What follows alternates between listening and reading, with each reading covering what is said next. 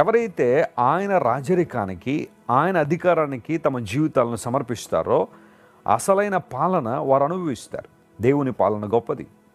యేసుక్రీస్తు ప్రభు ఆయన రాజు కాబట్టే ఆయన్ను అంగీకరించిన వారిని, ఆయన్ను తమ హృదయంలో చేర్చుకున్న వారిని రాజులుగా మార్చాడు ఆయన.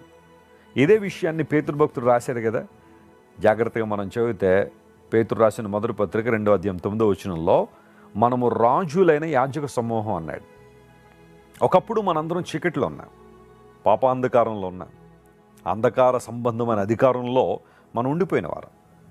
ఎప్పుడైతే సువార్తను విని యేసుక్రీస్తు ప్రభు యొక్క దైవత్వాన్ని అర్థం చేసుకుని సిలువలో యేసు ప్రభు ఎందుకు మరణించారో అన్న విషయాన్ని మనం జాగ్రత్తగా పరిశీలన చేసి యేసు ప్రభువును మన హృదయంలోనికి ఆహ్వానించినప్పుడు అంధకార సంబంధమైన అధికారంలోంచి ప్రభు మనల్ని విడుదల చేసి, ఒక మాటలో చెప్పాలంటే ఆ బంధకాల్లోంచి మనల్ని బయటికి తీసుకొచ్చి తన రాజ్య నివాసులుగా దేవుడు చేశాడు. ఆయన రాజు అయి ఉన్నాడు, మనము ఆయన రాజ్య నివాసులుగా మనం ఉన్నాం. రాజులనే యాజక సమూహంగా చేయబడ్డం అంటే అదే. ప్రియ సహోదరి, ప్రియ సహోదరుడా, నువ్వు రాజుగా చేయబడ్డావా? ఇంకా బానిసగానే ఉండిపోయావా?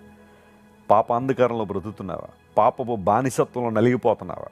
యేసు ప్రభు ఎందుకు ఈ లోకానికి వచ్చారో తెలుసా?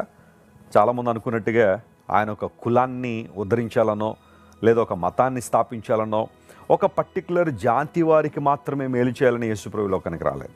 ప్రతి ఒక్కరిని కూడా పాప బంధకాల విడుదల చేసి, అంధకార సంబంధమైన అధికారుల నుంచి విడుదల చేసి రాజులంగా, యాజక సమూహంగా దేవుడు మనల్ని చేశాడు.